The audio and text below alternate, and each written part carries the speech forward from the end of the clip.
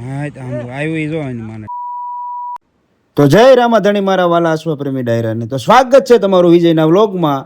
હું ને મારા પરમ મિત્ર માલાભાઈ જઈ રહ્યા છીએ ગનીભાઈ વીરપુરની રાજલની સવારી કરવા માટે. તો રાજલને જોવા માટે છેક સુધી બન્યા રહેજો. તો પહોંચી ગયા છે ગનીભાઈના ફાર્મ હાઉસ ઉપર અને કરી લીધા છે ગનીભાઈ અરે રામ રામ. ભાઈનું નામ તો છે પ્રદીપ પણ કે છે બધાય ગની.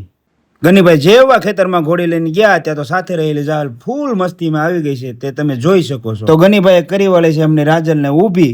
જેમ બંદૂકમાંથી ગોળી છૂટે એમ છૂટે હો. અને આવી ઘોડી મેળવવા માટે સારી કિસ્મત જોઈએ છે. પૈસા દેતા આવું જનાવર મળતું નથી. ફાઇનલી બેસવાનો વારો આપણો આવી ગયો છે અને કર્યો છે તંગ ટાઈટ કરીને ઠેકડો મારીને ચડી ગયા આપણે. પછી લઈ ગયો એને કુદાવવા માટે પણ ઘોડીને પડે છે અજાયણું એટલે પડે છે ઈ પાછી. થોડી વાર રહીને એની લગામ મારા હાથમાં સેટ થઈ અને જેમ તોપનો ગળેગો છૂટે ને એમ છૂટે છે હો. અને રાજલની સવારી કરવા આપણને પોરોના પલ્લા છૂટી ગયા છે. જો તમારા એરિયામાં આવી કોઈ ઘોડી હોય તો કમેન્ટમાં નામ જણાવતા જજો.